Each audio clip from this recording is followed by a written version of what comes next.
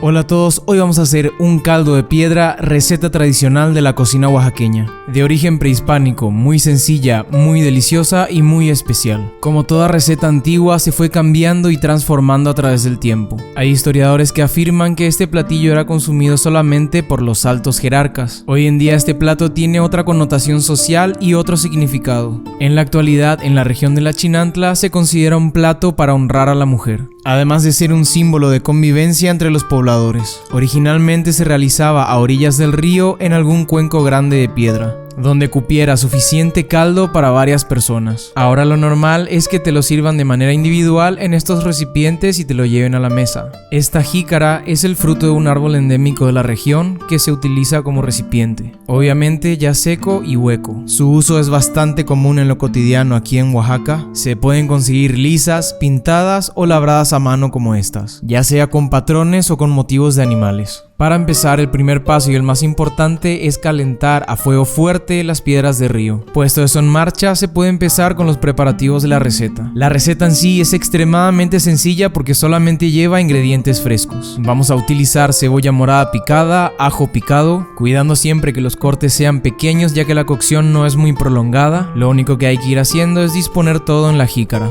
Hacemos lo mismo con el tomate, que en este caso de preferencia debe estar bien maduro y dulce. Lo común es utilizar todo el tomate, pero también se pueden retirar la piel y las semillas. En este caso estoy utilizando media cebolla morada pequeña, un diente de ajo y un tomate bien maduro. Las cantidades no necesariamente van medidas, pero sí son proporcionales. El siguiente elemento es el chile verde. Estamos usando un chile jalapeño. Es un chile que le va a dar suficiente cuerpo al caldo y también nos va a regalar bastante sabor, sin embargo no pica casi nada. Su sabor es dulzón y muy característico, y de picor es bastante suave. A mí me gusta utilizarlo cuando se necesitan chiles verdes y combinarlo con el chile serrano, ya que el chile serrano nos aporta bastante sabor, potencia, aroma y acidez. Esto lo estamos cortando obviamente con todo y semilla. Este chile mexicano es probablemente uno de los más conocidos y consumidos a nivel mundial. Este chile se comercializa seco, ahumado, en vinagre y también en adobo en lata. Es un chile muy versátil que, como ven, ahora lo estamos usando fresco. Proseguimos con el siguiente chile verde, que en este caso está rojo porque es un chile serrano ya bastante maduro, probablemente ya más picoso. Este es uno de mis chiles favoritos ya que siento que su sabor es muy concentrado. Estando crudo sabe bastante ácido, así que combina bien con muchas cosas. Lo vamos a usar con todo y semilla. Anímense siempre a comer picante, ya que el picante potencia muchísimos sabores. Hay muchísimas comidas que se mejoran con un factor picante. Ahora seguimos con dos elementos herbales frescos. Estoy usando un cilantro criollo. Es un cilantro tierno de hojas finas, bastante más aromático que el cilantro común y de un sabor más amigable. El cilantro conviene usarlo de dos formas: deshojándolo o bien deshojándolo y pasándole solamente una vez el cuchillo.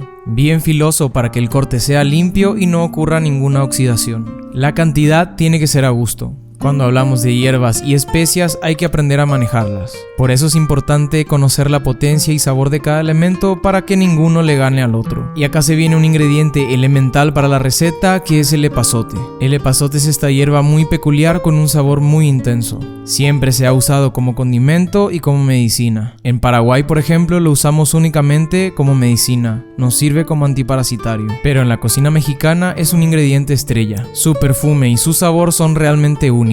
Ahora proseguimos con la proteína. Yo voy a usar un filete de tilapia o mojarra. Es probablemente el pescado que más se usa en esta preparación, pero originalmente puede ser con cualquier pescado de río. Claro, esta receta la pueden hacer obviamente con cualquier tipo de pescado. Es más, actualmente también hay versiones con camarones. Y no necesariamente son camarones de río. A mí me gusta con ambas proteínas siempre y cuando todo sea muy fresco.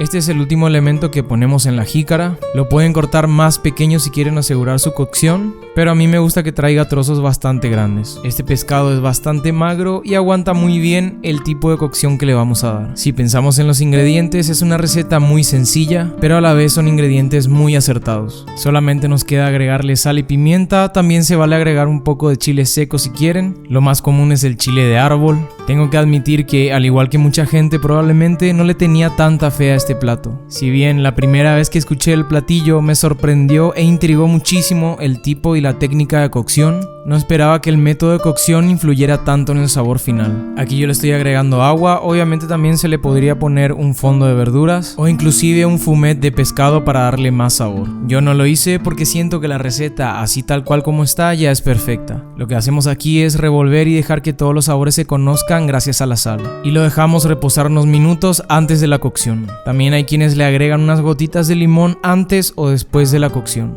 Las piedras necesariamente tienen que ser de río y se tienen que calentar suficiente tiempo hasta que queden a rojo vivo. Se necesita más de una piedra para completar la cocción del caldo. Y en caso de no ser las piedras adecuadas, pueden reventar en el fuego y pueden ser muy peligrosas. Una piedra se puede utilizar así una sola vez y no puede ser reutilizada.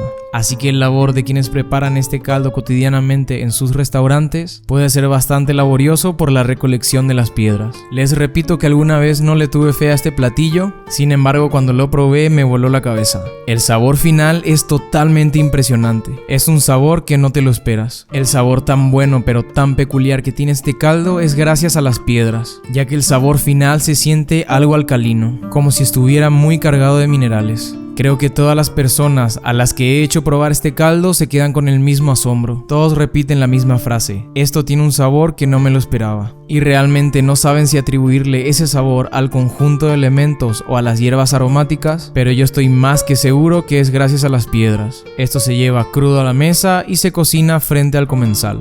Siempre es una hermosura ver este show.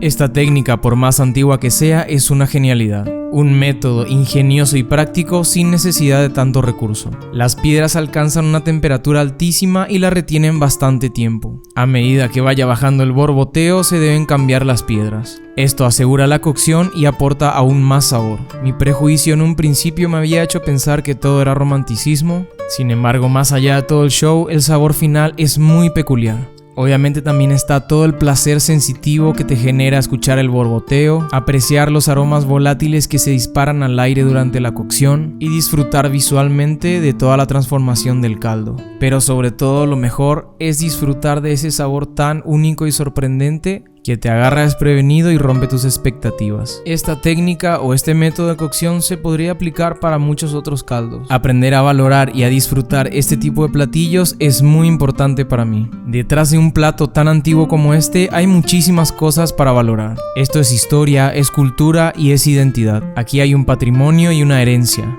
Actualmente es considerado un patrimonio intangible de Oaxaca. Y al igual que este platillo, hay muchísimos tesoros ocultos en su gastronomía. Por eso muchas veces lo digo y lo sostengo, la gastronomía oaxaqueña es de las mejores del mundo. Desde mi punto de vista, obviamente, la mejor de México. Si te gustó el video y el contenido del canal, ayúdame a crecer dándole like, dejándome un comentario y suscribiéndote al canal Teocinte, dándole clic a la campanita. Me llamo Carlos Daniel Gamarra y nos vemos en el próximo video.